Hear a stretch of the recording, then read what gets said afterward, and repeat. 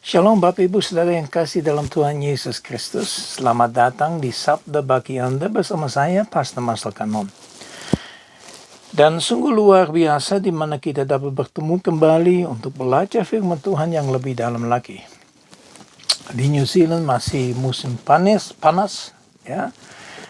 Makanya saya pakai baju yang relax ya. Nah, Senin kemarin kita mulai bicara tentang apa yang Tuhan kehendaki dalam seluruh kehidupan kita. Atau dengan kata lain, apa yang Tuhan minta daripada Anda dan saya untuk kita lakukan. Kita harus sadar bahwa ada hal-hal yang umum, ya, yang kita semua dapat melakukan. Tapi juga ada hal-hal yang khusus yang Tuhan minta dari kita secara pribadi.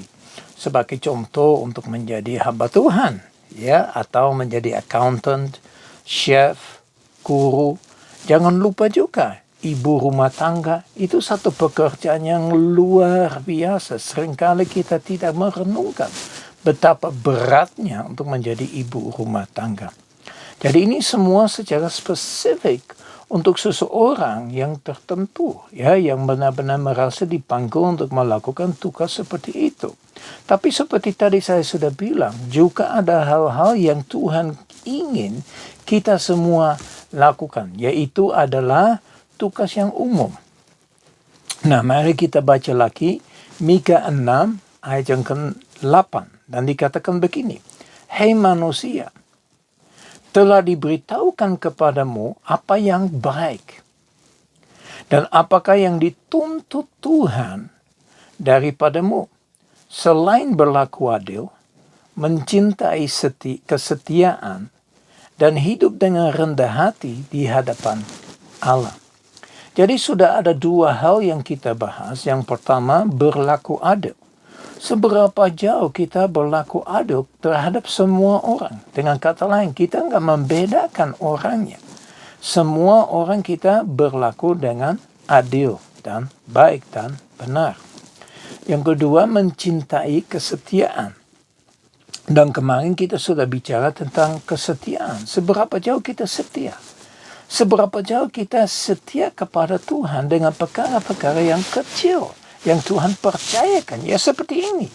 Apakah kita setia? Berlaku adil? Coba Anda merenungkan dalam kehidupan Anda sendiri. Ada banyak hal yang kita bisa bahas soal kesetiaan. Dan yang ketiga yang kita menemukan di dalam Mika 6 ayat 8 adalah hidup dengan rendah hati.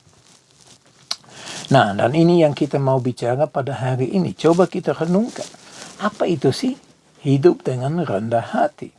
Nah, kita mungkin lebih gampang kalau kita merenungkan tentang lawannya daripada rendah hati, yaitu sombong. Ya, sangat mudah untuk menjadi orang yang sombong. Apa yang dimaksud? Yaitu orang yang meninggikan dirinya, mengagungkan dirinya. Maaf. Ya, orang sombong memikirkan tentang dirinya sendiri lebih daripada memikirkan orang yang lain. Jadi skalanya tentang dirinya sendiri. Nah, kalau kita menjadi orang yang rendah hati, memikirkan orang lain lebih dahulu, ya, kebutuhan orang lain, ya, dan lain-lainnya. Nah, hari ini kita lihat kepada apa yang Paulus menjelaskan tentang ini. Dan kita dapat menemukan di dalam Roma pasal yang ke-12 ayat yang ketiga dikatakan begini. Berdasarkan kasih karunia yang dianugerahkan kepadaku, ini Paulus yang berfirman kepada umat di Roma. Aku berkata kepada setiap orang di antara kamu. Nah, ini adalah orang-orang yang kudus.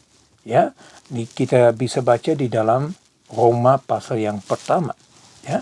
Dan apa yang disampaikannya adalah begini. Janganlah kamu memikirkan hal-hal yang lebih tinggi daripada yang patut kamu pikirkan. Tetapi, hendaklah kamu berpikir begitu rupa sehingga kamu menguasai diri menurut ukuran iman yang dikaruniakan Allah kepada kamu masing-masing. Sangat jelas. Ya, seperti tadi saya sudah bilang. Paulus berfirman kepada orang-orang kudus, ya, dan dia menjelaskan dengan tegas sekali, ya, jangan kamu memikirkan hal-hal yang lebih tinggi daripada yang patut kamu pikirkan. Ya, jangan memegahkan diri, jangan mewahkan diri, jangan menyombongkan diri, jangan menjadi congkak. Ya, tetapi hendaklah kamu berpikir begitu rupa sehingga kamu menguasai diri menurut ukuran iman. Kita semua sudah diberikan ukuran iman. Ya, kita semakin bertumbuh di dalam Tuhan, imannya semakin kuat. Ya, kita mulai tanpa iman dan itu akan bertumbuh terus. Jadi kita lihat supaya iman kita, atau lebih jelas kita menguasai diri kita sesuai dengan iman yang kita sudah diberikan. Jangan memikirkan hal yang lebih besar. Ya, pikirkan yang patut dipikirkan. Nah, Bapak Ibu Saudara yang kekasih dalam Tuhan Yesus Kristus, mengapa kita harus hidup dengan rendah hati? Amsal 16 ayat 18 berkata begini, kecongkakan mendahului kehancuran, dan tinggi hati mendahului kejatuhan. Mau jatuh? Mau hancur? Monggo, silakan. Anda tetap memiliki kecongkakan atau tinggi hati. Ya, tapi jangan membawa tinggi hati di hadapan Tuhan. Karena ini adalah satu hal yang Tuhan sangat amat benci. Ya, mata sombong Tuhan benci. Ya, Anda baca di dalam Amsal. Nah, jadi kita harus memiliki kerendahan hati kalau kita mau masuk di dalam hadirat Tuhan. Dan firman Tuhan berkata, kalau kita merendahkan diri, Tuhan akan mengangkat kita pada waktunya.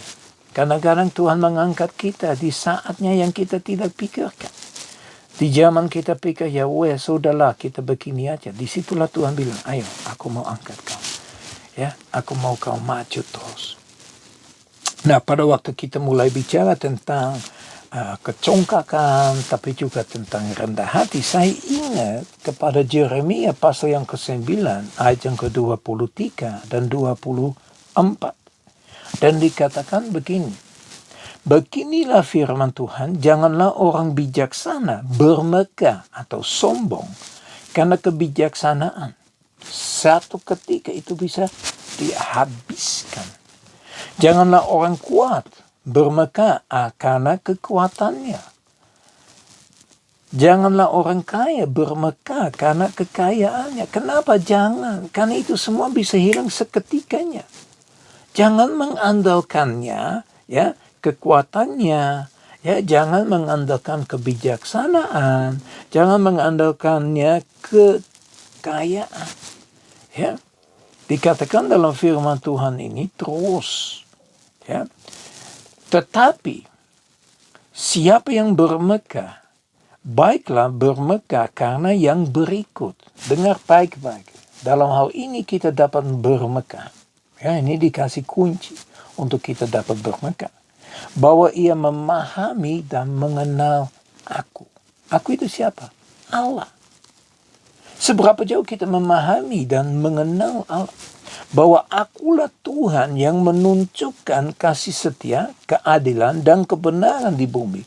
Sungguh, semuanya itu kusukai. Demikianlah firman Tuhan. Jadi ada hal yang kita bisa banggain. Yaitu apa? Memahami. Apakah kita sungguh memahami Tuhan? Dan mengenal, apakah kita sungguh-sungguh mengenal Tuhan yang begitu dalamnya? Ya. Itu saja yang Tuhan bilang, silakan. Kalau Anda sudah mengenal aku, Anda sudah memahami aku, silakan. Itu yang kamu dapat dibanggakan. Bapak Ibu Saudara yang kekasih dalam Tuhan Yesus Kristus, mari kita berdoa. Bapa kami yang di surga, kami bersyukur dan muliakan Engkau Tuhan. Terima kasih Bapa untuk firman yang kami boleh dengar pada hari ini Tuhan. Di mana Engkau dengan jelas menulis dan memperkatakan bagaimana supaya kita hidup yang benar dan baik. yaitu dengan kita memiliki kerendahan hati di hadapan Engkau. Kamu selalu datang kepada Engkau dengan hati yang rendah.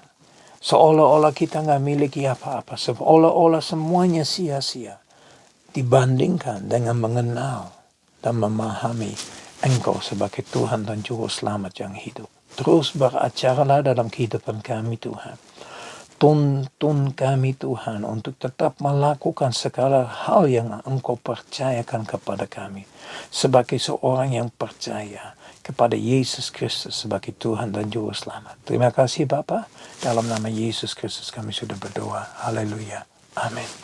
Ya Bapak Ibu yang kasih dalam Tuhan Yesus Kristus, ingat, berlaku adil, mencintai kesetiaan, dan memiliki kerendahan hati di hadapan Tuhan. Dengan kata lain, hidup dengan rendah hati. Ya, biar berkat dari Allah Bapa kami yang di surga, kasih yang sempurna di dalam Yesus Kristus, persekutuan yang manis dengan Roh Kudus, menyertai kita semua, mulai saat ini, sampai Maranatha Tuhan Yesus datang kembali, bahkan sampai selama-lamanya. Ya, yang percaya, ayo katakan, amin, dan terimalah berkat itu daripada Tuhan. Ya, terima kasih, Anda telah hadir, Anda telah dengar firman, dan saya berdoa supaya itu tetap tertanam di dalam hatimu. Mari kita maju terus, sampai ketemu besok. Shalom, Tuhan Yesus memberkati.